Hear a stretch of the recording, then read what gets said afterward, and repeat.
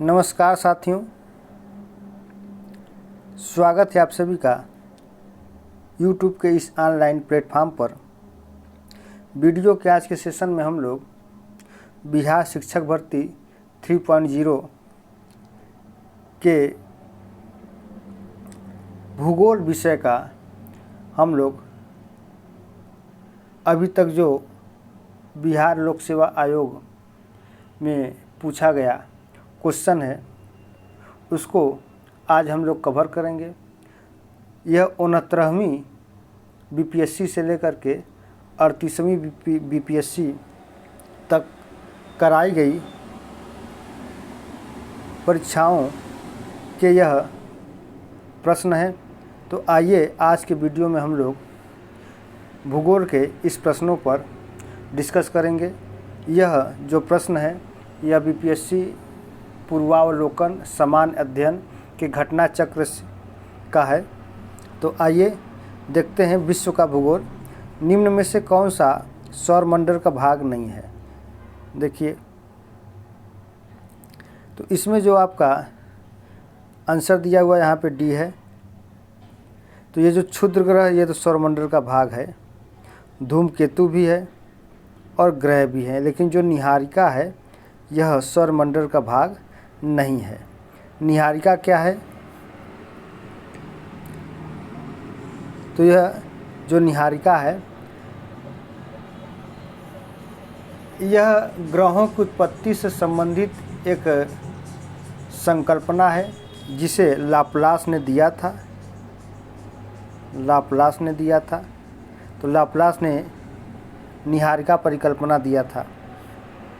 बाकी क्षुद्र ग्रह धूमकेतु ये सभी क्या है? सौरमंडल का एक भाग है।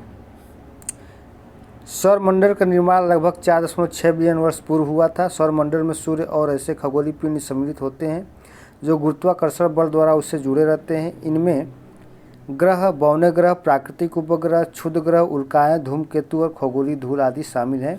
जबकि निहारिका सौरमंडल का भाग नहीं है, बल्कि निहारिका एक हाइपोथेसिस है जो लाप्लास के द्वारा दिया गया था।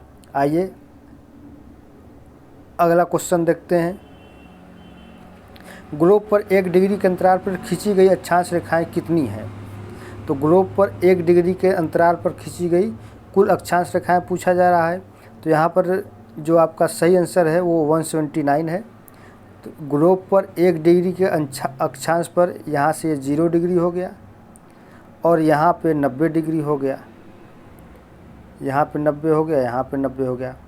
तो 9 दूनी 18, तो ये 180 हो गए। लेकिन यहाँ पर एक पॉइंट के रूप में है और यहाँ पर भी एक पॉइंट के रूप में है, तो इन दोनों को कम कर दीजिए तो 178 हो गया। लेकिन ये जो 0 डिग्री की एक अक्षांश रेखा जिसको विषुवत रेखा भी कहते हैं, इसमें आप एक प्लस कर दीजिए तो ये हो जाएगा आपका टोटल 179। तो ग्लोब पर 1 डिग्री के अंतराल पर खींची गई अक्षांश रेखाओं की कुल संख्या एग्जैक्ट 179 है, जबकि देशांतर रेखाओं की संख्या 360 है। यहाँ पर देखिए इसकी विवेचना की गई है कि एक मानक ग्लोब पर एक अंश के अंतराल पर कुल 179 रेखाएं हैं, जिसमें उत्तरी ध्रुव तथा दक्षिणी ध्रुव की ओर क्रमशः 89 रेखाएं तथा एक भूमध्य रेखा होती है। मानक ग्लोब पर देशांतर रेखाओं की कुल संख्या 360 है। अक्षांश पृथ्वी के मध्य भाग से किसी स्थान पर बिंदु की कोणीय दूरी है। अगला क्वेश्चन देखते हैं हम लोग। ब्रह्मांड में पल्सर क्या है? किसी तारे द्वारा उत्सर्जित रेडियो तरंगे, तारों का एक समूह, घूमते न्यूट्रॉन तारे, किसी तारे का विस्फोट। तो इसका जो सही आंसर है वो है आपका घूमते न्यूट्रॉन के तारे। तो ब्रह्मांड में पल्सर एक घूमता हुआ न्यूट्रॉन है जो विद्युत चुंबकीय विकिरण उत्पन्न करता है। अधिकांश न्यूट्रॉन तारे पल्सर के रूप में देखे जाते हैं। सौरमंडल का प्रधान आकाशीय पिंड कौन सा है? पृथ्वी, बृहस्पति, शनि, सूर्य। तो सौरमंडल का प्रधान आकाशीय पिंड क्या होता है? ये तो सबको पता है, ये सन होता है। आगे वाले क्वेश्चन देखते हैं। वैज्ञानिक जिन्होंने सर्वप्रथम खोज की कि पृथ्वी सूर्य के चारों ओर घूमती है, न्यूटन ने, डाल्टन ने, कापरनिकस ने, आइंस्टीन ने। तो कापरनिकस ने यह खोज किया कि पृथ्वी सूर्य के चारों ओर एक दीर्घवृत्ताकार रूप में गति कर रही है। न केवल सूर्य और न केवल पृथ्वी बल्कि सूर्य के चारों ओर अन्य सभी ग्रह भी वृत्ताकार रूप में ही गति करते हैं, ऐसा जो है कि कापरनिकस ने बताया। आगे देखते हैं। हमारी आकाश गंगा के केंद्र की परिक्रमा करने में सूर्य को समय लगता है। तो हमारी आकाश गंगा के केंद्र की परिक्रमा करने में सूर्य को कितना समय लगता है? 5 करोड़ वर्ष, 10 करोड़ वर्ष, 20 करोड़ वर्ष या 25 करोड़ वर्ष? तो सही आंसर है इसका 25 करोड़ वर्ष। तो सूर्य हमारी आकाश गंगा के अनेक तारों में से एक है। गैलेक्सी में स्थित प्रत्येक तारा इसके केंद्र की परिक्रमा करता है। केंद्र के निकट के तारों को केंद्र से दूर के तारों की अपेक्षा परिक्रमा में कम समय लगता है। सूर्य गैलेक्सी के केंद्र से अपेक्षाकृत दूर है। गैलेक्टिक केंद्र से लगभग 7.94 kpc या 25.896 हजार प्रकाश वर्ष की औसत दूरी तथा 720,000 किलोमीटर प्रति घंटा औसत गति के कारण सूर्य को एक परिक्रमा करने में लगभग 22.5 से 25 करोड़ वर्ष लगते हैं। परिक्रमा की अवधि ब्रह्मांड वर्ष कहलाती है, अतः निकटतम जो विकल्प है वो आपका 25 वर्ष। 7वां नंबर देखते हैं। हमारे अंतरिक्ष में कितने तारामंडल है? तो हमारे अंतरिक्ष में कुल तारामंडल कितने हैं? 87, 88, 89, 90। तो इंटरनेशनल एस्ट्रोनॉमिकल यूनियन के अनुसार अंतरिक्ष में कुल 88 तारामंडल हैं, जिसमें से अधिकांश को दक्षिणी गोलार्ध से ही देखा जा सकता है। तो इसका राइट आंसर क्या हो जाएगा? बी 88। जिस तारामंडल के तारे ध्रुव तारे की ओर संकेत करते हैं वह है सप्तऋषि, मृग, वृश्चिक या वृष। तो जिस तारामंडल के तारे ध्रुव तारे की ओर संकेत करते हैं उनको हम सप्तऋषि कहते हैं।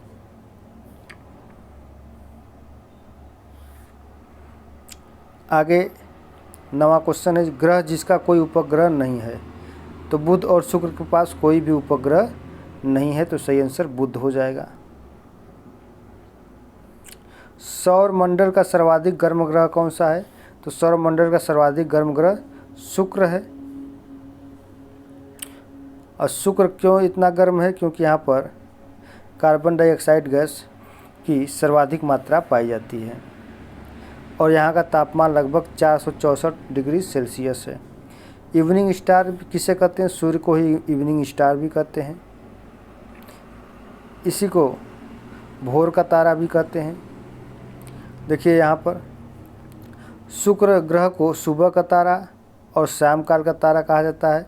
मंगल को लाल ग्रह कहा जाता है। बृहस्पति सौरमंडल का सबसे बड़ा ग्रह है, जबकि शनि के साथ बृहस्पति अरुण एवं वरुण वलयों से युक्त ग्रह है।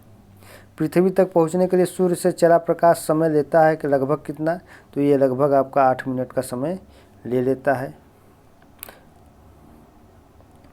सूर्य से चला प्रकाश पृथ्वी तक पहुंचने में लगभग 8 मिनट 19 सेकेंड का समय लेता है। इन विद्युत चुंबकीय ऊर्जा तरंगों का वेग 1,86,000 मील प्रति सेकेंड होता है, अतः सही निकटतम उत्तर विकल्प सी है।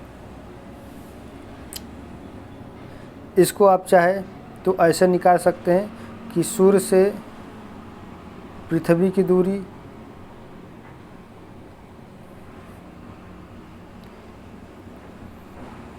149 मिलियन किलोमीटर है और प्रकाश की चाल 3 लाख किलोमीटर प्रति सेकेंड है।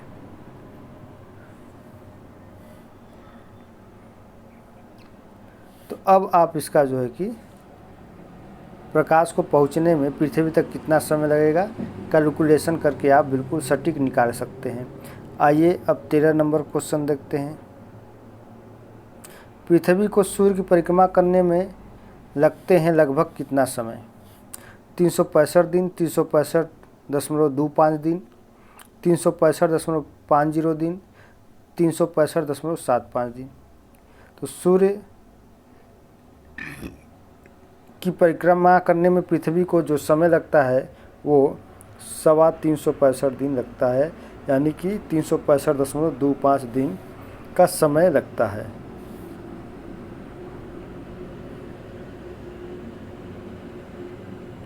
आगे देखते हैं 14 नंबर क्वेश्चन। पृथ्वी परिभ्रमण करती हुई प्रति मिनट करीब करीब कितनी दूरी तय कर लेती है? 49 किलोमीटर, 59 किलोमीटर, 69 किलोमीटर या 79 किलोमीटर। तो यहाँ पर क्वेश्चन दिया हुआ कि पृथ्वी परिभ्रमण करती हुई प्रति मिनट करीब करीब कितनी दूरी तय कर लेती है ना। तो यहाँ पर देखिए इन चारों में कोई ऑप्शन नहीं है मेल खाया है। तो यहाँ पर आपका व्याख्या किया हुआ कि पृथ्वी की विषुवत रेखा की परिधि 4090.28 किलोमीटर है। इस दूरी का पृथ्वी अपनी धुरी पर 23 घंटे 56 मिनट में तय कर लेती है। अर्थात पृथ्वी की परिभ्रमण की गति जो है 1670 किलोमीटर प्रति घंटा है। इस आधार पर प्रति मिनट पृथ्वी गति कितना होगा? तो 1670 में 60 का भाग दे देंगे तो 27.8 किलोमीटर आ जाएगा। लेकिन यहाँ पर कहीं पर भी 27.8 या उसके नज़दीक या आसपास कोई विकल्प नहीं दिया हुआ है, इसलिए इसको आयोग ने जो है कि गलत क्वेश्चन मान लिया। आगे देखते हैं 15 नंबर क्वेश्चन। पृथ्वी पर मरुभूमि होने की संभावना अधिक रहती है। 0 अंश अक्षांश के पास 23.5, 23 अक्षांश के पास, 50 डिग्री अक्षांश के पास, 70 डिग्री अक्षांश के पास। तो इसका जो आपका सही आंसर है वो है आपका 23 डिग्री अक्षांश के पास। तो पृथ्वी पर जो उष्ण सूक्ष्म मरुस्थलीय जलवायु का विस्तार है वो 15 से 30 डिग्री अक्षांशों के बीच मिलता है। पृथ्वी पर मरुस्थल बनने के 4 प्रमुख भौगोलिक स्थितियां हैं।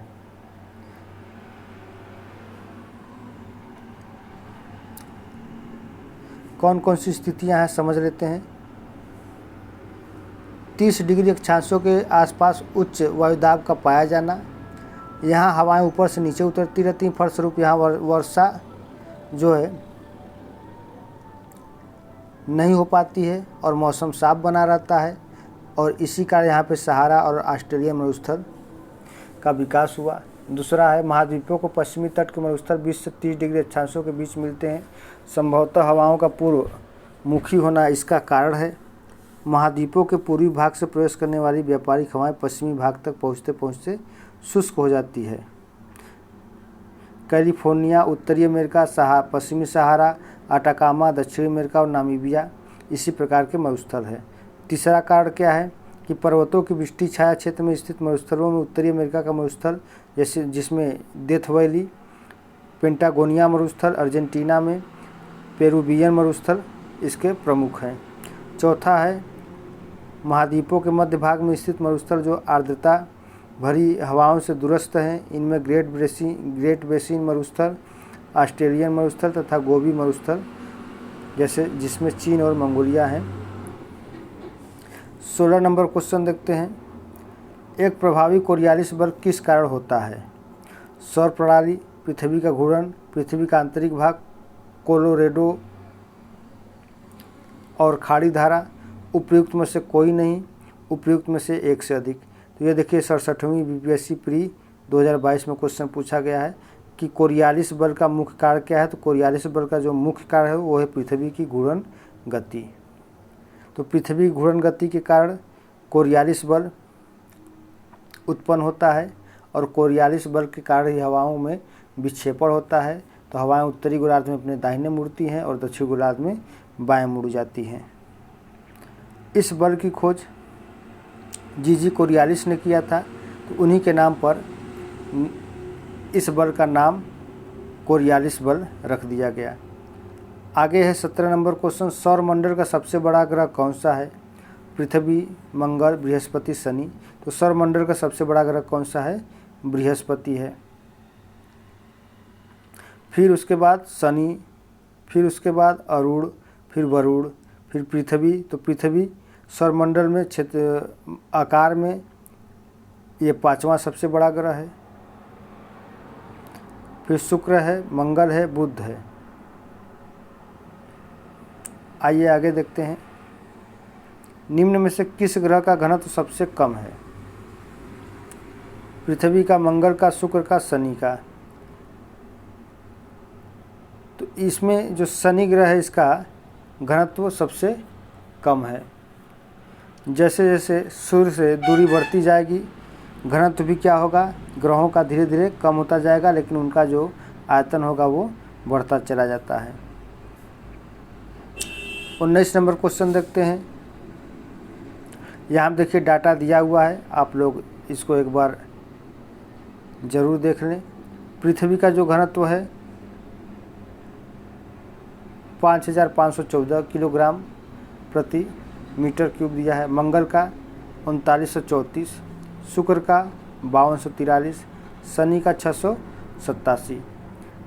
19 नंबर क्वेश्चन देखते हैं। पृथ्वी की आंतरिक परत नीफे के निर्माण में किन तत्व की प्रचुरता है? सिलिका और एल्यूमिनियम की, सिलिका और मैग्नीशियम की, बेसाल्ट और सिलिका की, निकेल और फेरम की।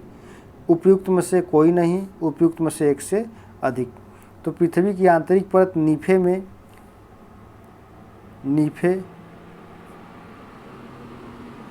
निकिल और फेरियम की अधिकता है।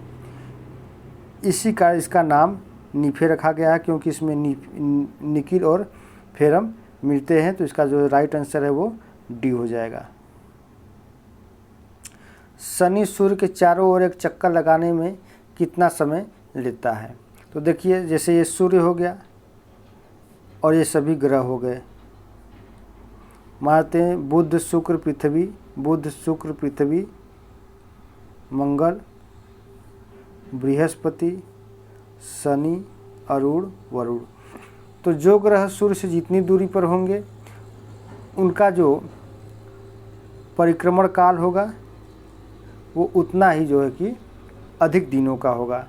तो जैसे बुध है तो बुध 88 दिन में कर लेता है, पृथ्वी है तो 365 दिन में कर देता है। तो देखिए जैसे जैसे दूरी बढ़ती जाती है वैसे वैसे ग्रहों का जो परिक्रमण अवधि होता है वो भी बढ़ता चला जाता है।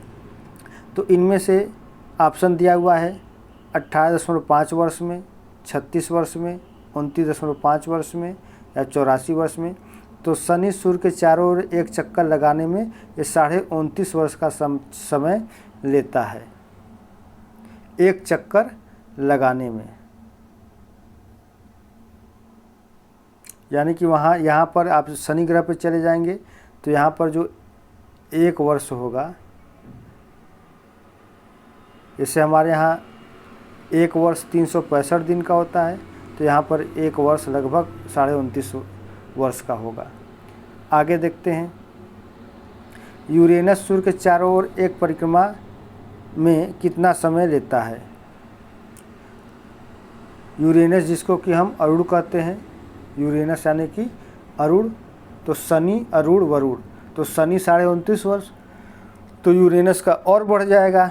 तो यूरेनस ये 84 वर्ष का समय लेता है, और जो वरुण होता है वो और ज़्यादा समय लेता है। आगे देखते हैं। जियोडेसी वह विज्ञान है जो संबंधित है स्थलीय चट्टान की डेटिंग से, पृथ्वी के आयाम की माप से, पृथ्वी की ऊंचाई और डिप्रेशन की माप से, क्रस्ट द्वारा किए गए परिवर्तन के रिकॉर्डिंग से। उपयुक्त में से कोई नहीं या उपयुक्त में से एक से अधिक यहाँ पर आपका दिया हुआ है। 67वीं बीपीएससी में यह पूछा गया सवाल था। तो जियोडेसी क्या है? तो पृथ्वी का एक आयाम का माप होता है जिसमें हम पृथ्वी के आकार और आकृति से संबंधित अध्ययनों का पता गणितीय विधि से लगाते हैं, उसी को हम जियोडेसी कहते हैं। आइए 23 नंबर क्वेश्चन देखते हैं। निम्नलिखित में से कौन सा जोड़ा सही सुमेलित है? उत्पादक हिरन, ये तो गलत है, उत्पादक नहीं है। प्राथमिक उपभोक्ता तेंदुआ, ये भी गलत है। गौड़ उपभोक्ता घास, अपघटक जीवाणु। पूछा है कौन सा सही सुमेलित है? तो जो जीवाणु होते हैं वे अपघटक होते हैं, तो यही इसका सही होगा। उत्पादक हिरन नहीं होता, बल्कि हिरन प्राथमिक उपभोक्ता होता है। उत्पादक में हरे पेड़ पौधे आते हैं और प्राथमिक उपभोक्ता हिरन हो गया। जो तेंदुआ होगा ये मांसाहारी में आ जाएगा, उच्च मांसाहारी में आ जाएगा।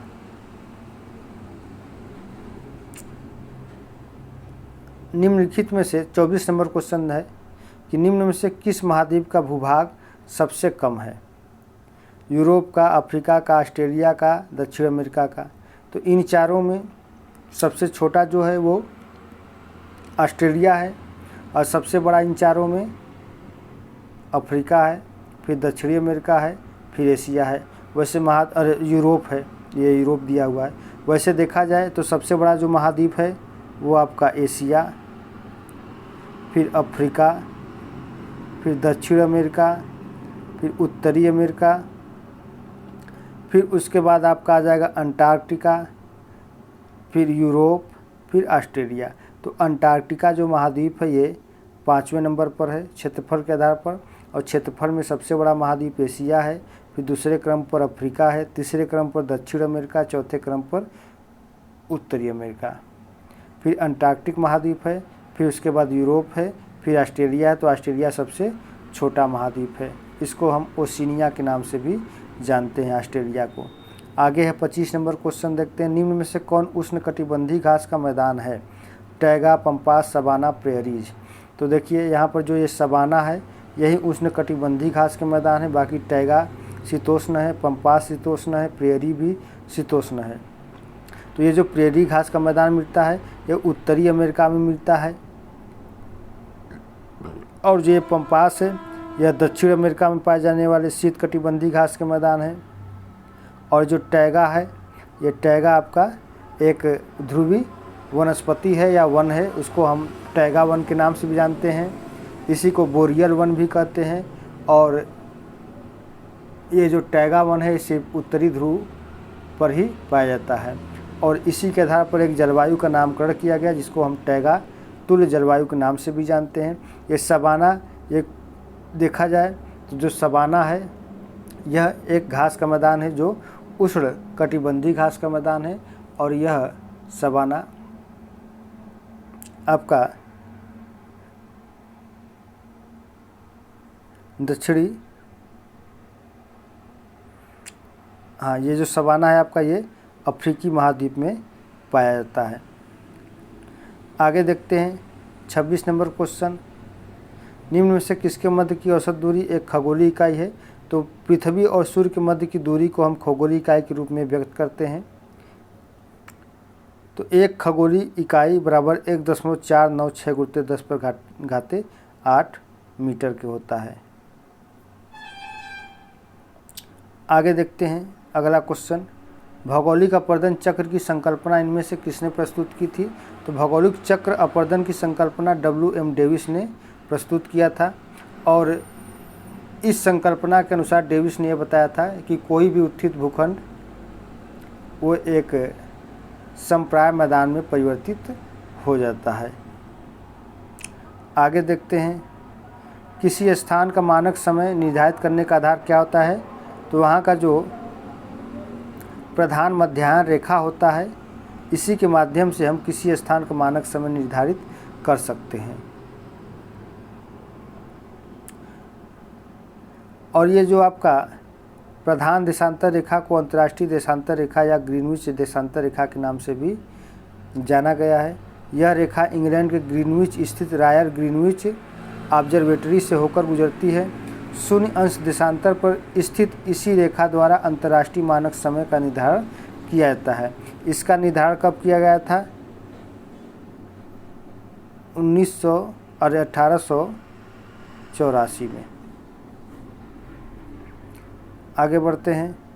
हाँ, यहाँ पर एक बार नोट कर देंगे कि प्रधान मध्याह्न रेखा निम्न देशों से होकर के गुजरती है। कहाँ कहाँ से? यूनाइटेड किंगडम से, फ्रांस से, स्पेन से, माली से, टोगो से, अल्जीरिया से, बुर्किना फासो से और घाना से। तो यहाँ पर देखिए यूनाइटेड किंगडम, फ्रांस और स्पेन ये तीनों देश यूरोपीय महाद्वीप के हैं, जबकि अल्जीरिया, माली और टोगो ये अफ्रीकी महाद्वीप के हैं। बुर्किना फासो और घाना, ये घाना अफ्रीकी महाद्वीप का है और बुर्किना फासो एशिया का है, टोगो अफ्रीका का और माली जो है कि एशिया का है। आगे देखते हैं 90 डिग्री पूर्वी देशांतर पर स्थित थिम्पू का स्थानीय समय निर्धारित कीजिए जब ग्रीनविच में दोपहर 12 बजे हो। तो 90 डिग्री पूर्वी देशांतर पर स्थित थिम्पू भूटान का स्थानीय समय निर्धारित करना है जब ग्रीनविच में दोपहर के 12 बजे हैं। तो 90 डिग्री पूर्वी देशांतर पर क्या बजेगा? तो 1 डिग्री बराबर 4 मिनट के होता है। तो ये हो गया आपका 0 डिग्री, जिसको ग्रीनविच टाइम कहते हैं। और यहाँ से 90 डिग्री पूर्वी देशांतर हो गया, ये 90 डिग्री पूर्वी देशांतर हो गया। तो 1 डिग्री बराबर 4 मिनट, तो 90 डिग्री बराबर 9 चौका 36, 360 मिनट हो गया। और 360 को 60 से भाग दे दीजिए तो ये घंटे में आ जाएगा। तो 6 के 36, तो 6 घंटा ये आगे हो जाएगा।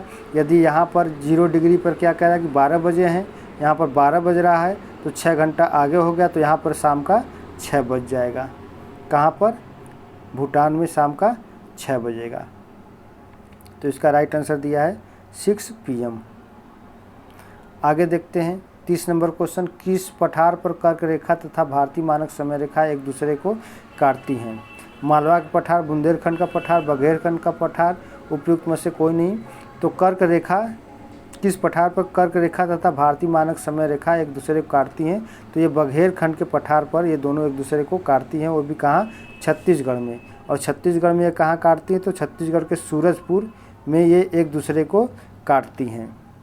कर्क रेखा भारत के 8 राज्यों से होकर गुजरता है। इसका ट्रिक बहुत सुंदर है, आप सभी लोग को पता भी होगा कि मित्र पर गमछा झाड़, ये इसका ट्रिक है। और जो आपका भारत का मानक समय रेखा है, यह भारत के 5 राज्यों से होकर के गुजरती है। कौन कौन से यहाँ पे दिए देखिए, उत्तर प्रदेश 1 हो गया, मध्य प्रदेश 2 हो गया, छत्तीसगढ़ 3 हो गया, उड़ीसा 4 हो गया और आंध्र प्रदेश 5 हो गया। तो 5 राज्यों से होकर के मानक समय रेखा गुजरती है। 31 नंबर क्वेश्चन देखते हैं, निम्न में से सबसे लंबी पर्वत श्रृंखला कौन सी है? Himalaya, Alps, Rockies, Hindu Kush. उपयुक्त में से कोई नहीं, उपयुक्त में से एक से अधिक। तो देखिए, जो सबसे लंबी पर्वत श्रृंखला है उसका नाम एंडीज है। उसका क्या नाम है? एंडीज है। फिर उसके बाद रॉकीज है। तो एंडीज यहाँ पे दिया नहीं है, तो रॉकीज दिया हुआ है, तो इसका सही आंसर हो जाएगा रॉकी हो जाएगा। क्राल एक प्रकार की निर्मित संरचना है, दक्षिण अफ्रीका की, दक्षिणी अमेरिका की, यूरोप की, पश्चिमी ऑस्ट्रेलिया की। उपयुक्त में से कोई नहीं, उपयुक्त में से एक से अधिक। तो इसका जो ये क्वेश्चन पूछा गया है, ये 2020 में 65वें BPSC री एग्ज़ाम में यह क्वेश्चन पूछा गया था। तो ये जो क्राल है, यह एक प्रकार का घर होता है ना। ये दक्षिण अफ्रीकी महाद्वीप में एक विशेष प्रकार की जनजातियों के द्वारा बनाई जाती है, और आप लोग कमेंट में उस जनजाति का नाम बताएंगे।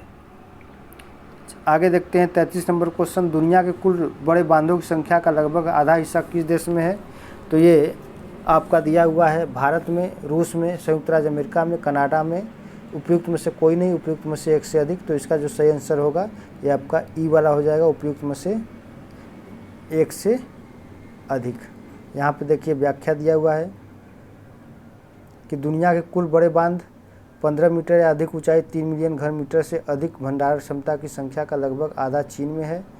एक अन्य आकलन के अनुसार दुनिया के बड़े बांधों में 57% भारत और चीन में है। तो यहाँ पर आपका देखिए ऑप्शन दिया हुआ है, भारत दिया हुआ है, लेकिन चीन नहीं दिया हुआ है। तो इनमें से आपका एक से, उपयुक्त में से ये कोई नहीं, इसका सही आंसर हो जाएगा।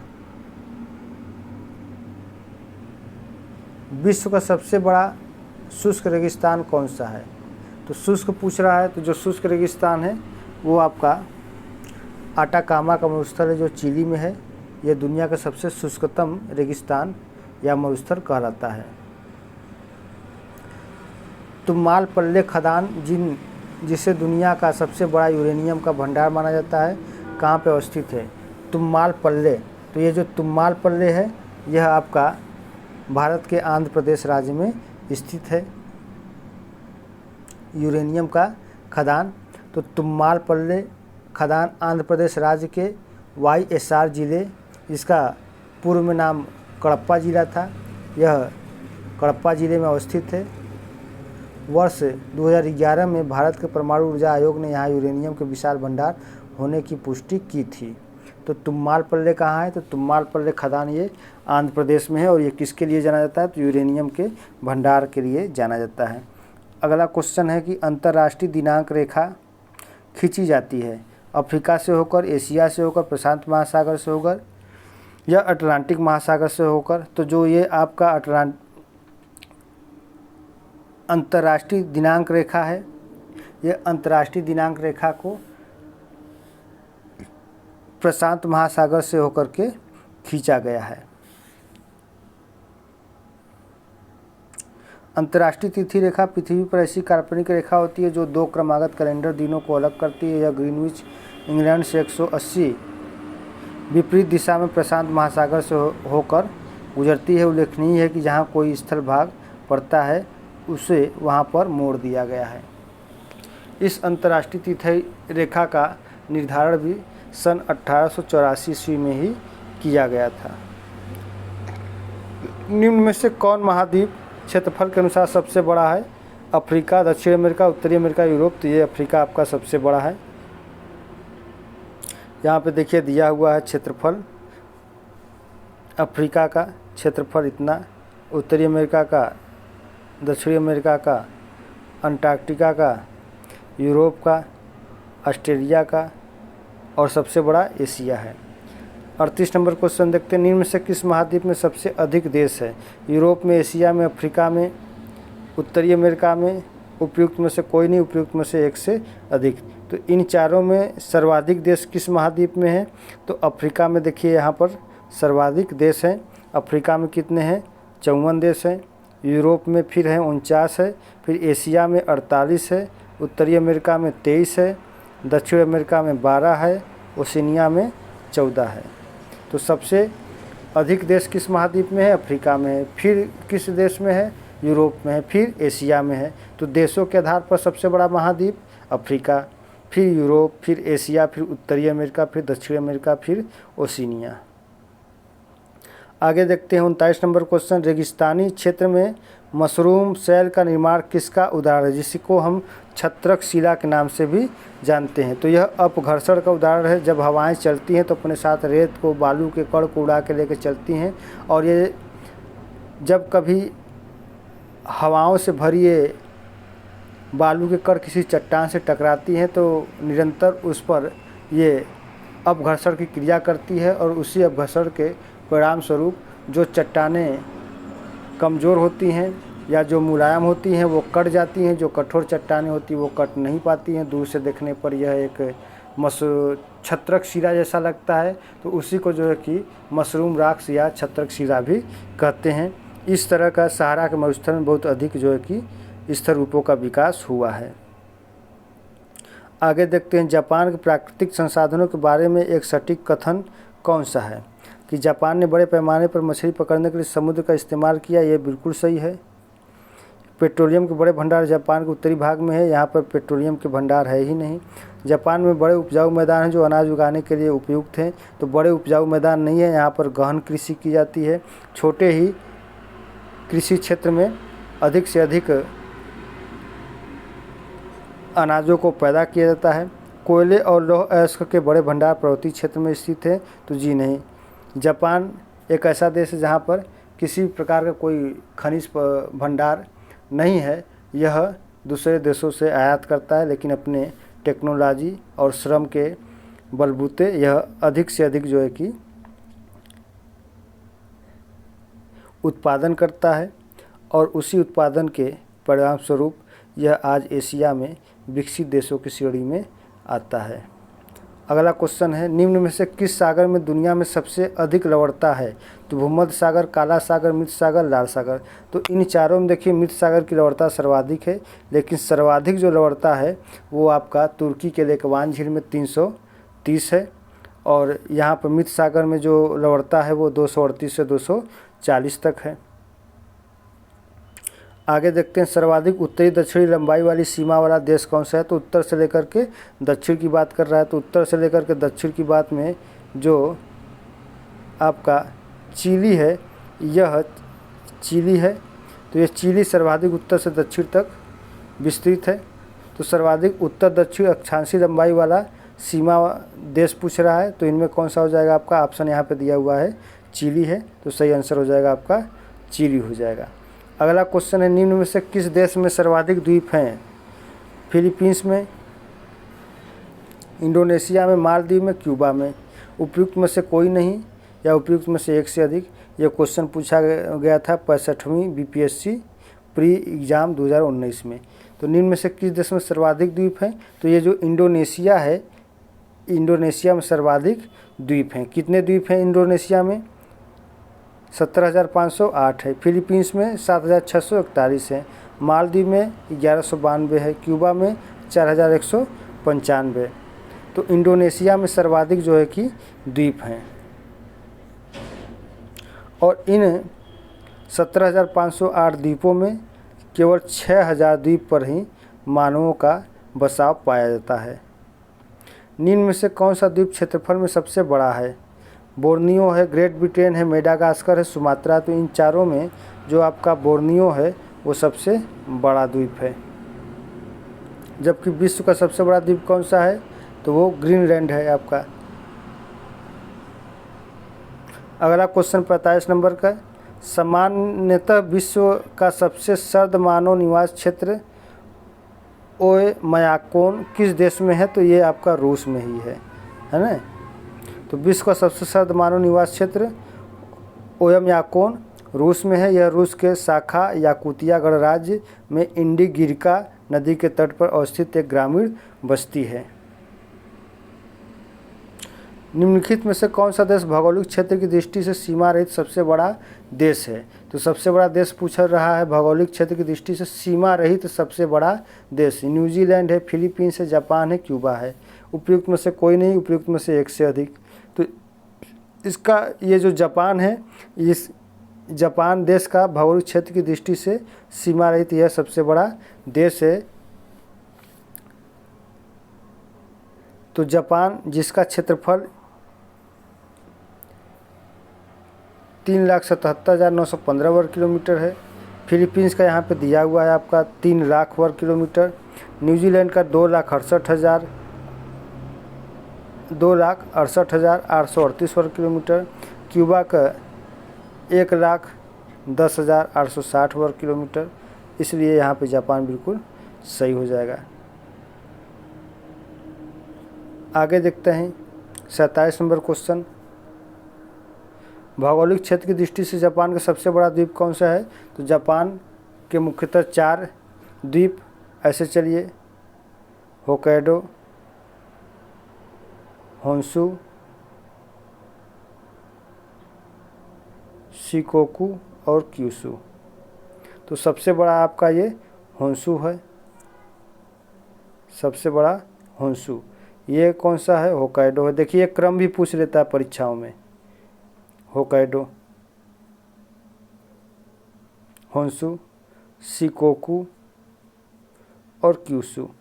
ये क्रम पूछता है उत्तर से दक्षिण का, तो आपका होक्काइडो, होन्शु, शिकोकू और क्यूशू। तो जापान का सबसे बड़ा जो द्वीप है वो आपका होन्शु है। आगे देखते हैं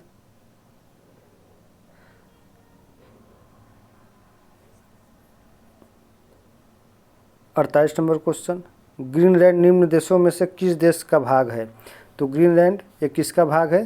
तो ग्रीनलैंड पर प्रशासनिक रूप से डेनमार्क का अधिकार है, जबकि भौगोलिक दृष्टि से इस पर यूएसए का अधिकार है। आगे यहाँ देखिए दिया है कि ग्रीनलैंड क्षेत्रफल की दृष्टि से विश्व का बृहत्तम द्वीप है। ग्रीनलैंड डेनमार्क के अधीन है। नूक ग्रीनलैंड का सबसे बड़ा एवं राजधानी नगर है। नूक की समुद्र तल से ऊंचाई 1 से 3 मीटर तक है। 49 नंबर क्वेश्चन देखते हैं, महाद्वीपीय बसाव का सिद्धांत किसके द्वारा विकसित किया गया था? तो महाद्वीपीय बसाव का सिद्धांत, अरे ये बहाव दिया हुआ है, महाद्वीपीय बहाव, जिसको हम कॉन्टिनेंटल ड्रिफ्ट थ्योरी के नाम से जानते हैं। तो कॉन्टिनेंटल ड्रिफ्ट थ्योरी ये वेगनर ने दिया था। कब दिया था? 1912 में दिया था, 1912 में दिया था। लेकिन इस सिद्धांत पर लोगों का नज़र 1920 में गया था, क्योंकि इस समय क्या हो गया था कि प्रथम विश्व युद्ध 1914 में हुआ था, इसलिए इसके सिद्धांत पर लोगों का बहुत ज़्यादा जो है कि ध्यान नहीं गया था। यहाँ पे देखिए इसकी व्याख्या की गई है, एक बार देख लीजिए कि महाद्वीपीय बहाव का सिद्धांत continental drift theory Alfred Wegener द्वारा विकसित किया गया था। वेगनर के अनुसार लगभग 20 से 22.5 करोड़ वर्ष पहले पैंजिया का विभाजन आरंभ हुआ। पैंजिया पहले 2 बड़े महाद्वीप पिंडों लारेंसिया और गोंडवानालैंड क्रमशः उत्तरी व दक्षिणी भूखंडों के रूप में विभक्त हुआ। इसके बाद लारेंसिया व गोंडवानालैंड धीरे धीरे अनेक छोटे हिस्सों में बंट गए जो आज के महाद्वीप के रूप में स्थित हैं। 50 नंबर क्वेश्चन देखते हैं। अग्नेय चट्टानों के लिए निम्न में से कौन सा कथन सत्य है? उनमें पुराजीवाश्म बहुत कम पाए जाते हैं, वे जल के लिए सरंध्र होते हैं, वे क्रिस्टलीय तथा अक्रिस्टलीय दोनों होते हैं, ये सत्य है। इसमें पुराजीवाश्म बहुत कम क्या, इसमें किसी प्रकार का कोई भी जीवाश्म नहीं पाया जाता है, तो ये तो गलत है। वे जल के लिए सरंध्र होती, जी नहीं, इसमें जल प्रवेश नहीं हो सकता है, इसलिए ये भी कथन गलत हो जाएगा। इन चट्टानों में सिलिका नहीं होती, इन चट्टानों में सिलिका की मात्रा होती है, तो ये भी गलत हो गया। तो सही आंसर हो गया ये क्रिस्टलीय तथा अक्रिस्टलीय दोनों होते हैं। 51 नंबर क्वेश्चन देखते हैं। अवसादी शैलों के लिए निम्न में से कौन सा कथन सत्य है? ये वे शैलें हैं जिनकी संरचना ताप तथा दाब पर निर्भर करती है। ये शैलें क्रिस्टलीय हैं। ये शैलें स्तरों में निक्षेपित हैं। ये शैलें जल में नहीं निर्मित हो सकती हैं। तो ये शैलें देखिए जल में निर्मित हो सकती हैं, ये बात सत्य है। ये शैलें जिनकी संरचना ये शैलें जल में नहीं निर्मित हो सकती हैं, ये शैलें जल में ही निर्मित होती हैं, तो ये कथन आपका गलत हो गया। ये वे शैलें हैं जिनकी संरचना ताप तथा दाब पर निर्भर करती है, तो ये ताप और दाब पर ये निर्भर नहीं करती, केवल दाब पर निर्भर करती है। ये शैलें क्रिस्टलीय हैं। ये शैलें क्रिस्टलीय नहीं बल्कि अक्रिस्टलीय हैं। ये शैलें स्तरों में निक्षेपित होती हैं, यही बिल्कुल ये सत्य है, क्योंकि जब किसी चट्टान का कटाव होता है और वो बह करके जब परत दर परत जमने लगता है पृथ्वी के धरातल के नीचे, तब इसी को हम परतदार चट्टान या अवसादी चट्टानों के रूप में जानते हैं, क्योंकि यह अन्य चट्टानों के अवसाद से निर्मित परत दर परत जमने से इसका निर्माण होता है। इसमें जीवाश्म पाए जाते हैं, इसमें जीवाश्म पाए जाते हैं। आगे क्वेश्चन देखते हैं 52। निम्न में से कौन से कथन एस्कर और ड्रमलिन के संबंध में है? एस्कर क्रूड बेडेड बजरी और रेत की लकीरें हैं। ड्रमलिन ज़्यादातर बोल्डर और मिट्टी के बने होते हैं। अंडे की टोकरी स्थलाकृति एस्कर युक्त इलाकों की विशेषता है, जबकि एस्कर ग्लेशियरों की धाराओं द्वारा निर्मित होते हैं। ड्रमलिन ग्लेशियर की क्रिया से उत्पन्न होते हैं, तो इसका जो सही आंसर है ये आपका, जबकि एस्कर ग्लेशियरों की धाराओं द्वारा निर्मित होते हैं, ड्रमलिन ग्लेशियर की क्रिया से उत्पन्न होते हैं, ये बात सत्य है। अंडे की टोकरी स्थलाकृति एस्कर युक्त इलाकों की विशेषता है, तो अंडे की टोकरी स्थलाकृति एस्कर युक्त इलाकों की विशेषता है, ये कथन गलत है, क्योंकि अंडे की टोकरी अलग स्थलाकृति है और एस्कर अलग स्थलाकृति है। आगे देखते हैं।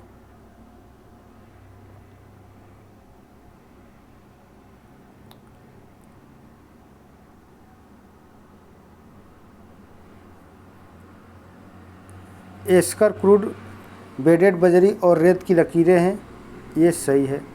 ड्रमलिन ज़्यादातर बोल्डर और मिट्टी के बने होते हैं, ये भी सही है। तो 1, 2 और 4 सही है, यानी कि ऑप्शन नंबर आपका यहाँ पर 1, 2, 4 बी में दिया हुआ है। आगे देखते हैं माउंट एटना क्या है? तो माउंट एटना एक ज्वालामुखी पर्वत है। तो माउंट एटना एक सक्रिय ज्वालामुखी है जो इटली के सिसिली द्वीप के पूर्वी तट पर स्थित है। इसकी सर्वोच्च ऊंचाई 3357 मीटर है। आगे देखते हैं मौना लोआ क्या है? तो मौना लोआ एक सक्रिय ज्वालामुखी का उदाहरण है जो हवाई द्वीप पर स्थित है।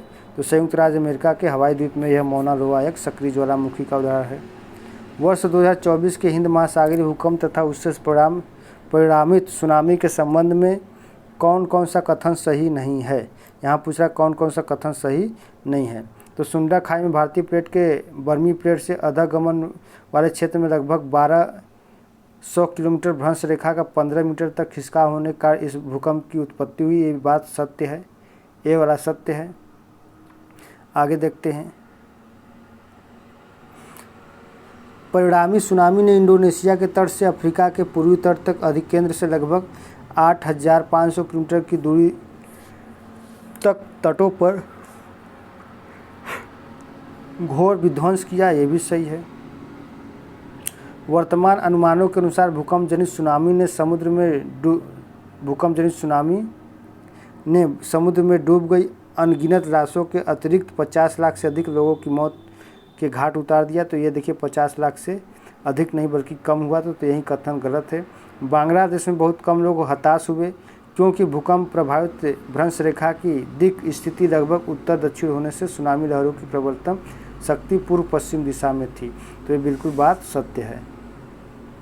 तो इस प्रकार ये जो तीसरा ऑप्शन है वो गलत है। यहाँ पर देखिए व्याख्या दिया हुआ है।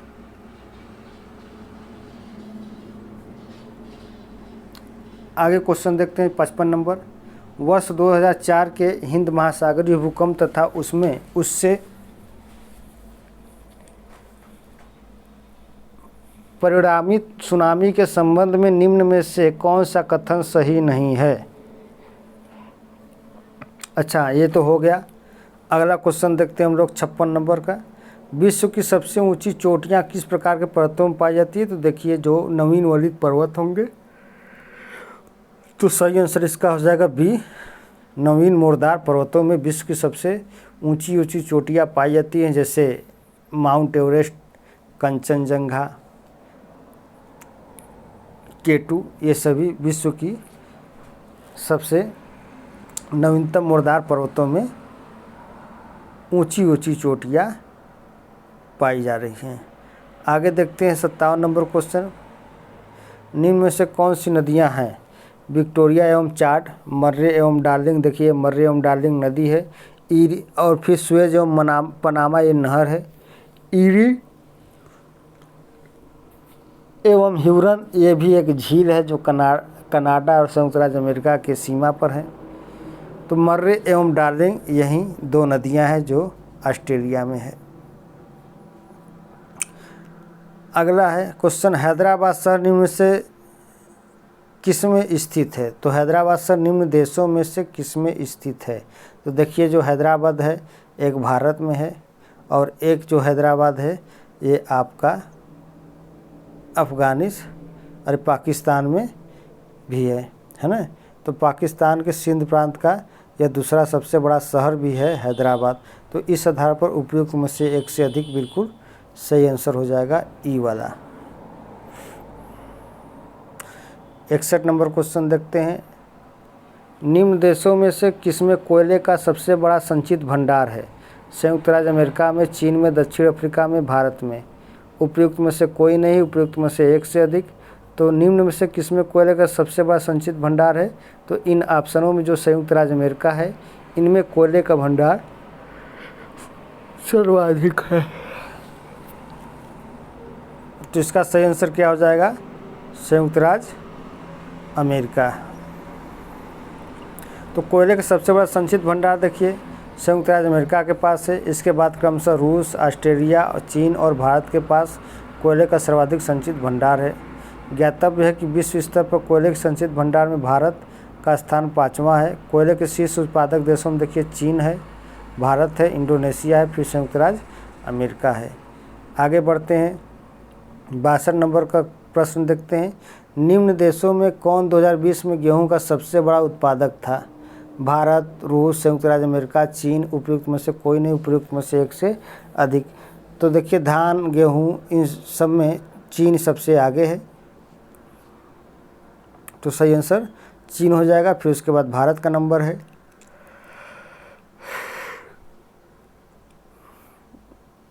अगला क्वेश्चन 63 नंबर का। निम्नलिखित देशों में से कौन इलेक्ट्रॉनिक्स का सबसे बड़ा उत्पादक है?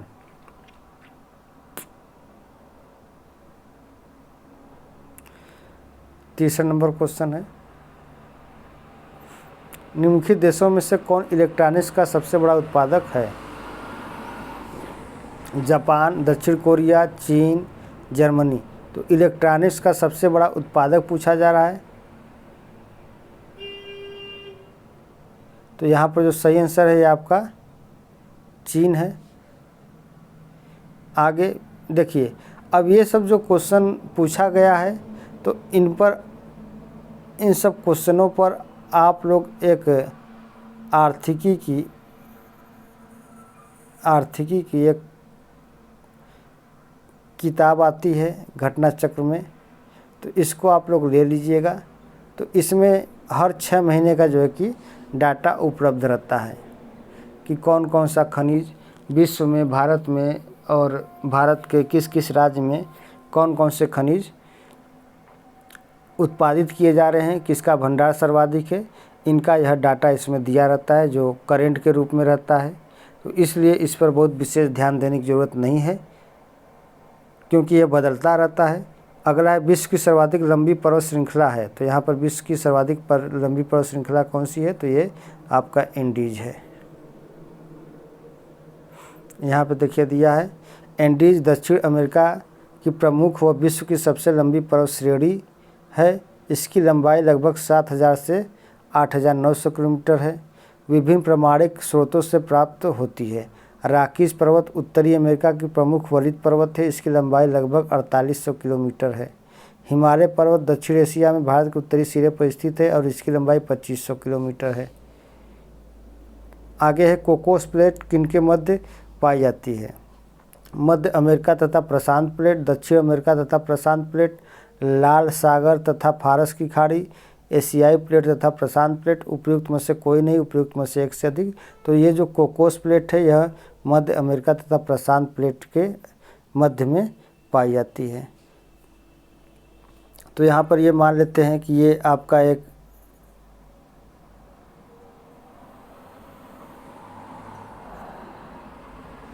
अमेरिका ये हो गया, एक अमेरिका ये हो गया।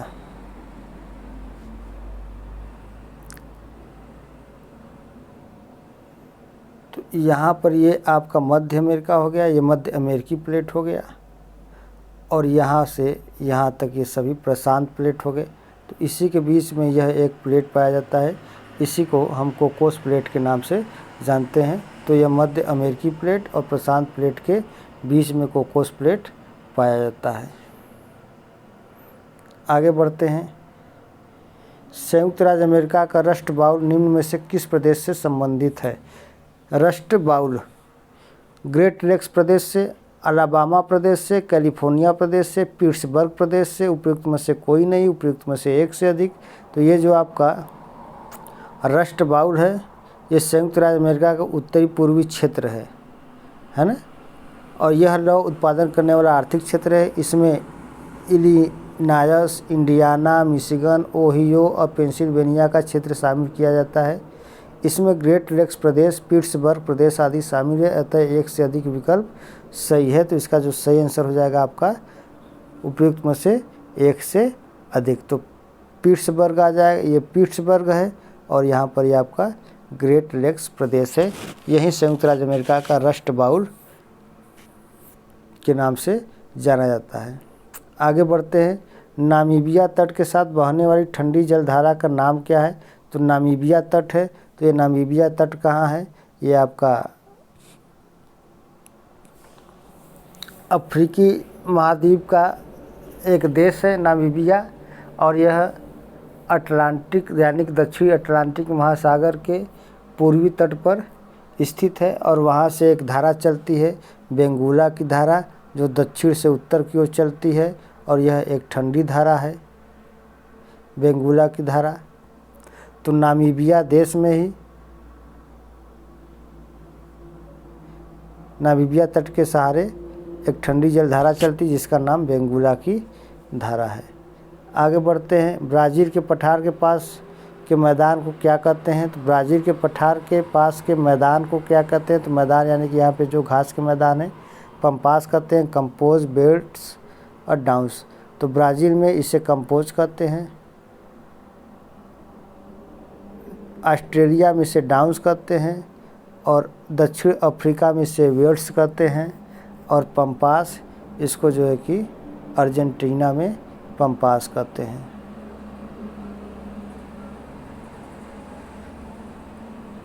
तो ब्राज़ील के पठार के पास उष्णकटिबंधीय घास के मैदान कंपाउस पाए जाते हैं। पंपास शीतोष्ण घास के मैदान है जिनका विस्तार अर्जेंटीना में है। डाउन शीतोष्ण घास के मैदान ऑस्ट्रेलिया में है और वेल्ट्स दक्षिण अफ्रीका में है। अब 69वां क्वेश्चन देखते हैं। किलिमंजारो है एक, तो किलिमंजारो एक ज्वालामुखी पर्वत है और यह कहाँ पे है, तो यह किलिमंजारो तंजानिया के उत्तरी पूर्वी भाग पर स्थित है। किलिमंजारो के 3 मुख्य शंकुओं में से माउंट कीबो की सर्वोच्च शिखर उहुरु चोटी, जिसका पहले नाम कैसर विल्हेम स्पीड्स था, यह एक आग्नेयगिरी या ज्वालामुखी पर्वत है। आगे बढ़ते हैं, 70 नंबर क्वेश्चन देखते हैं। गोबी का मरुस्थल है, तो गोबी का मरुस्थल कहाँ पे है, तो गोबी का मरुस्थल ये आपका चीन में है और यह एक शीत मरुस्थल है।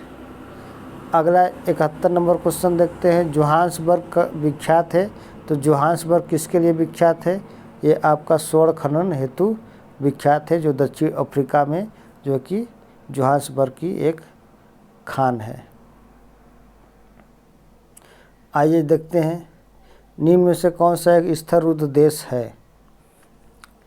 बेल्जियम, हंगरी, रोमानिया, यूक्रेन, एक से अधिक, इनमें से कोई नहीं। तो निम्न में से कौन सा एक स्थिररुद्ध देश है, तो जो हंगरी है यही स्थिररुद्ध देश है। यह किसी भी सागरी भाग से या जली भाग से यह इसकी सीमा नहीं लगती है। तो हंगरी स्थिररुद्ध देश है, जो Ukraine, Romania, Serbia, Croatia, Slovenia, Austria और स्लोवाकिया से घिरा हुआ है। बेल्जियम की सीमा उत्तरी सागर से तथा रोमानिया और यूक्रेन की सीमा काला सागर से मिलती है। आगे बढ़ते हैं, 73 नंबर क्वेश्चन देखते हैं। इजराइल की उभयनिष्ठ सीमाएं हैं लेबनान, सीरिया, जॉर्डन तथा मिस्र के साथ, लेबनान, सीरिया, टर्की तथा जॉर्डन के साथ, लेबनान, टर्की, जॉर्डन तथा मिस्र के साथ, लेबनान, सीरिया, इराक तथा मिस्र के साथ। तो ये जो इजराइल की जो उभयनिष्ठ सीमा है वो लेबनान, सीरिया, जॉर्डन और मिस्र के साथ है। तो सही आंसर क्या हो जाएगा आपका, ए हो जाएगा आपका। देखिए यहाँ पे इजराइल पश्चिम एशिया में मध्य पूर्व का भूमध्य सागर तटीय देश है। इसकी पश्चिमी सीमा भूमध्य सागर से, उत्तरी सीमा लेबनान से, उत्तरी पूर्वी सीमा सीरिया से, पूर्वी सीमा जॉर्डन से तथा दक्षिणी पश्चिमी सीमा मिस्र से लगी हुई है। अतः विकल्प ए सही है। इजराइल विवादित क्षेत्र गाजा पट्टी एवं वेस्ट बैंक के साथ सीमा साझा करता है। 74 नंबर क्वेश्चन देखते हैं। संसार की छत किसे कहते हैं, तो संसार की छत किसे कहते हैं, पमीर के पठार को संसार का छत की उपमा दी गई है। पूर्वी समुद्र की स्वामिनी का नाम क्या है, तो पूर्वी समुद्र की स्वामिनी इनमें से किसको कहा जाता है, तो श्रीलंका को कहा जाता है। श्रीलंका को देखिए हिंद महासागर की मोती भी कहा जाता है। उसके आगे 76 नंबर क्वेश्चन है। पृथ्वी की सतह का वह भाग जो पानी से ढका है लगभग कितना, तो 2/3 भाग पानी से ढका हुआ है, लगभग 71%। समुद्र तल पर पृथ्वी के केंद्र के सबसे निकट स्थान कौन सा है, उत्तरी ध्रुव, मकर रेखा, कर्क रेखा या भूमध्य रेखा। कह रहा है समुद्र तल पर पृथ्वी के केंद्र के सबसे निकट स्थान जो है वो है आपका उत्तरी ध्रुव है। पृथ्वी के केंद्र से सबसे निकट बिंदु उत्तरी ध्रुव के पास आर्कटिक महासागर का तल 4 किलोमीटर गहराई पर है, जो पृथ्वी के केंद्र से लगभग 6553 किलोमीटर की दूरी पर स्थित है। पृथ्वी की ध्रुवीय त्रिज्या 6356.752 किलोमीटर है। आगे बढ़ते हैं, 78 नंबर क्वेश्चन। 6400 किलोमीटर लंबाई एवं 2000 किलोमीटर से 2400 किलोमीटर चौड़ाई वाला एक कटक उत्तरी एवं दक्षिणी अटलांटिक महासागरीय द्रोणियों की मदद से गुजरता हुआ हिंद महासागरीय द्रोणी और फिर ऑस्ट्रेलिया तथा अंटार्कटिका के बीच से दक्षिण प्रशांत महासागरीय द्रोणी में प्रवेश करता है। यह कटक कौन सा है, तो यह सकोत्रा लक्षद्वीप चैगोस है या प्रशांत अंटार्कटिक कटक है, डॉल्फिन चैलेंजर कटक, मध्य महासागरीय कटक। तो सही आंसर इसका है यही है, यह मध्य महासागरीय कटक है जो 6400 किलोमीटर लंबाई एवं 2000 किलोमीटर से 2400 किलोमीटर चौड़ाई में विस्तृत है। तो इसका सही आंसर हो जाएगा डी। आगे बढ़ते हैं, 79 गल्फ स्ट्रीम क्या है, तो गल्फ स्ट्रीम एक गर्म जलधारा है जो उत्तरी अटलांटिक महासागर में बहती है। दक्षिण से उत्तर की ओर। तो यह एक महासागरीय धारा है जिसका स्वभाव गर्म होता है। आगे बढ़ते हैं 80 नंबर क्वेश्चन। ग्रैंड कैनियन है तो यह एक खड्ड है, एक बड़ा तोप है, एक नदी है, एक पुराना तोप है। तो ग्रैंड कैनियन यह एक प्रकार का जो है कि गड्ढा है, तो इसको यह एक खड्ड हो गया। और ग्रैंड कैनियन है कहाँ?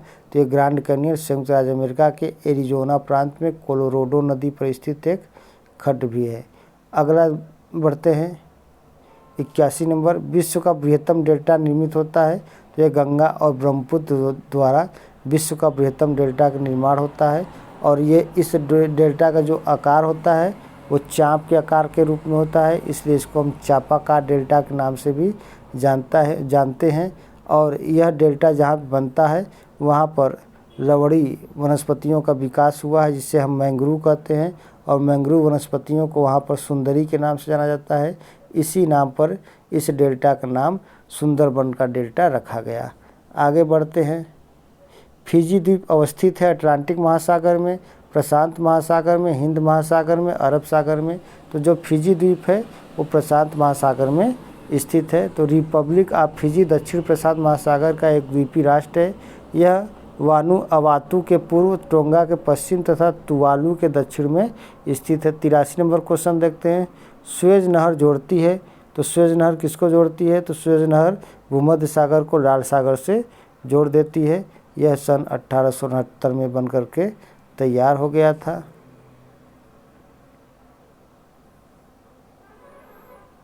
चलिए आगे बढ़ते हैं।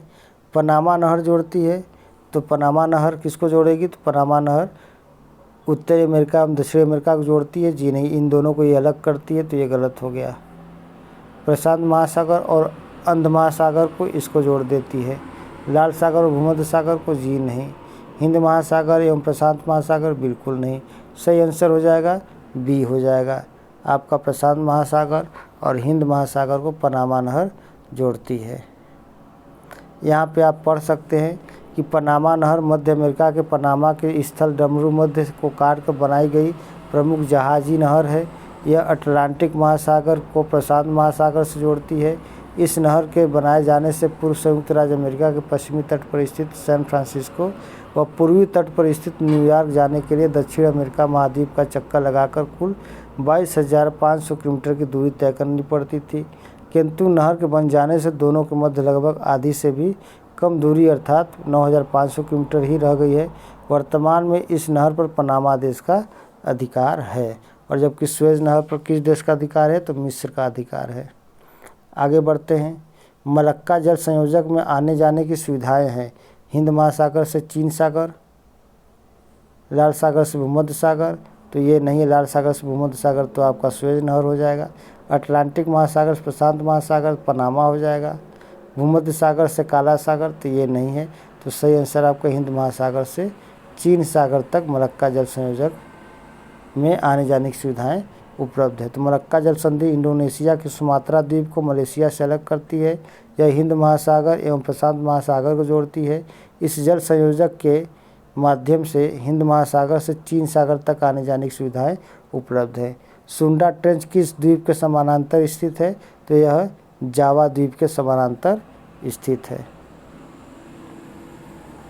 और साथ ही साथ सुमात्रा भी है। जावा और सुमात्रा दोनों है, तो इनमें से एक से अधिक हो जाएगा।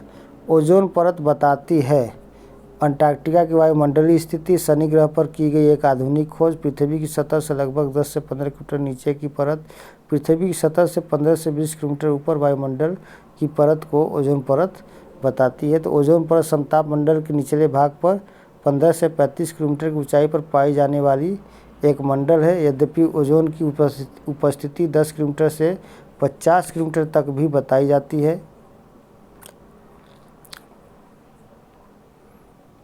और ओजोन ऑक्सीजन के 3 परमाणु से मिलकर के बनता है। और यह ओजोन क्या करता है कि सूर्य से निकलने वाली जो अल्ट्रा वायलेट रे होती है उसको यह अपने आप में समाहित कर लेता है, और जिस कारण से पृथ्वी पर आने से उस किरण को यह रोक देता है। और लेकिन वर्तमान समय में ओजोन परत में भी अब बहुत बड़े बड़े छिद्र हो गए हैं, जिस कारण से अब जो सूर्य से आने वाली पराबैंगनी किरणें हैं वो धरातल तक आ जाती हैं और तमाम प्रकार के जो है कि रोगों को वो बढ़ाती है, जिसमें खासकर से त्वचा कर्क रोग उत्पन्न होता है। आगे है 88 नंबर क्वेश्चन, पृथ्वी की सतह से ओजोन परत की ऊंचाई कितनी है? तो पृथ्वी की सतह से ओजोन परत की ऊंचाई कितनी है? ओजोन परत की ऊंचाई पूछ रहा है कितनी है, तो 10 से 20 किलोमीटर, 40 से 50 किलोमीटर, 70 से 80, 110 से 120। तो इसमें जो सही ऑप्शन है आपका 10 से 20 किलोमीटर हो जाएगा।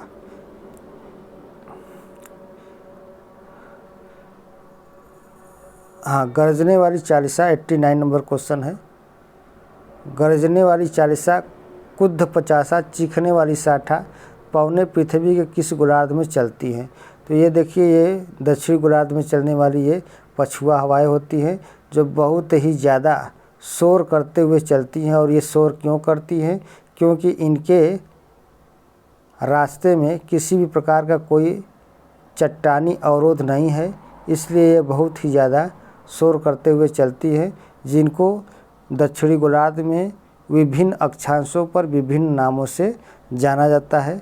जैसे यहाँ पे 40 डिग्री अक्षांश के पास, 50 डिग्री अक्षांश के पास और 60 डिग्री अक्षांश के पास। तो 40 डिग्री दक्षिणी अक्षांश के पास, फिर 50 डिग्री दक्षिणी अक्षांश के पास, 50 डिग्री और 60 डिग्री। तो 40 डिग्री पर इसे गरजती चालीसा कहते हैं और 50 डिग्री पर इसे प्रचंड पचासा कहते हैं और 60 डिग्री पर इसे चीखटी साठा के नाम से जाना जाता है। 90 नंबर क्वेश्चन है, काहिरा का समय ग्रीनविच से 2 घंटा आगे है, अतः यह स्थित है। तो काहिरा का समय पूछ रहा है कि ग्रीनविच से 2 घंटा आगे है, तो ग्रीनविच कितने पर है? ग्रीनविच कितने डिग्री पर है? 0 डिग्री पर है। ग्रीनविच 0 डिग्री पर है। यह 2 घंटा यहाँ से, इससे यह 2 घंटा आगे है, 2 घंटा आगे है। तो 2 घंटा आगे होने का मतलब क्या हुआ कि कितने डिग्री पर ये स्थित है? तो 1 घंटे में 15 डिग्री और 2 घंटे में जो है कि 30 डिग्री है। तो काहिरा का समय ग्रीनविच से 2 घंटा आगे है, इसलिए 30 डिग्री पूर्वी देशांतर पर स्थित होगा। दक्षिण गोलार्ध में सबसे बड़ा दिन कौन सा होता है? तो दक्षिण गोलार्ध में सबसे बड़ा दिन होता है आपका 22 दिसंबर के दिन, और उत्तरी गोलार्ध में सबसे बड़ा दिन होता है 21 जून के दिन। तो सही आंसर हो जाएगा इसका 22 दिसंबर। महाद्वीप अलग कैसे हुए थे? तो महाद्वीप विवर्तनिक क्रियाओं के माध्यम से ये अलग हुए थे। प्लेट टेक्टोनिक क्रिया के माध्यम से महाद्वीपों में अलगाव हुआ था, और यह प्लेट टेक्टोनिक क्रिया भूगोल के क्षेत्र में एक ऐसी संकल्पना है जिसके माध्यम से न केवल महाद्वीपों के अलग होने के वैज्ञानिक साक्ष्य मिले हैं, बल्कि साथ ही साथ विभिन्न प्रकार की विवर्तनिक घटनाओं से संबंधित जितने भी अनसुलझे तथ्य थे उनको भी सुलझाया गया। चाहे वो भूकंप से संबंधित हो, चाहे ज्वालामुखी से संबंधित हो, चाहे सुनामी से संबंधित हो, चाहे वो महाद्वीपों का अलगाव से संबंधित हो, चाहे महाद्वीपों के बिखराव से संबंधित हो, उन सभी में प्लेट टेक्टोनिक की एक बहुत बड़ी अहम भूमिका है। प्लेट शब्द का प्रयोग सर्वप्रथम किसने किया था? टूजो विल्सन ने किया था। आगे देखते हैं 93 नंबर क्वेश्चन, वलन क्रिया किसका परिणाम है? तो महादेश जनक बल का, भू विक्षेपी बल का, पर्वत निर्माणकारी बल का, बहिर्जात बल का। तो वलन की क्रिया यह किसका परिणाम है? तो वलन की जो क्रिया है यह परिणाम है पर्वत निर्माणकारी बल से। तो पृथ्वी के अंतर्जात बलों के अंतर्गत पर्वत निर्माणकारी बल, क्षैतिज संचलन आता है। इसके तहत दो प्रकार के बल कार्य करते हैं, एक संपीडनात्मक बल और एक तनाव बल। तो संपीडन बल से चट्टानों की परतें मुड़ जाती हैं, ऊपर उठे भाग को अपनति या नीचे धंसे भाग को अभिनति कहते हैं। इसी मोड़ को हम क्या कहते हैं, वलन कहते हैं। जो भूविक्षेपी बल है या कोरियालिस बल है, ये हवाओं के विक्षेपण से संबंधित है। बहिर्जात बलों में जैसे अपर्दन और अपक्षय आ जाते हैं। आगे देखते हैं 94 नंबर क्वेश्चन। यूरोप की एक पर्वत श्रृंखला है, आल्प्स है, हिमालय है, एंडीज है, रॉकीज है। तो इनमें से जो आल्प्स है ये यूरोप की एक पर्वत श्रृंखला है, एंडीज दक्षिण अमेरिका में, हिमालय आपका एशिया महाद्वीप में और रॉकीज उत्तरी अमेरिका का एक पर्वत श्रृंखला है। तकला-मकान मरुस्थल कहाँ पे स्थित है? अफ़गानिस्तान में स्थित है, चीन में है, कजाकिस्तान में है या मंगोलिया में है? तो ये जो आप तकला-मकान देख रहे हैं, तो तकला-मकान जो मरुस्थल है यह चीन में स्थित है। तो तकला-मकान मरुस्थल मुख्यतः उत्तर पश्चिम चीन के झियांग क्षेत्र में विस्तारित है। यह दक्षिण में कुनलुन पर्वत तथा पश्चिम में पमीर की पठार और उत्तर में तियानशान पर्वत से घिरा है। आगे है 96 नंबर क्वेश्चन। ग्रेट विक्टोरियन मरुस्थल कहाँ स्थित है? ऑस्ट्रेलिया में, भारत में, मिस्र में, उत्तर अफ्रीका में। उपयुक्त में से कोई नहीं, उपयुक्त में से एक से अधिक। तो ग्रेट विक्टोरियन जो मरुस्थल है वो कहाँ पे है? वो ऑस्ट्रेलिया में स्थित है। 97 नंबर क्वेश्चन देखते हैं। निम्न में से किस देश की मृत सागर के साथ भूमि सीमा नहीं है? लेबनान की, जॉर्डन की, इजराइल की, फिलिस्तीन की। तो इनमें से जो लेबनान है इसकी जो सीमा है वो मृत सागर के साथ नहीं लगती है। 98 नंबर क्वेश्चन देखते हैं। दक्षिण अमेरिका में मध्य अक्षांशी घास के मैदान का क्या नाम है?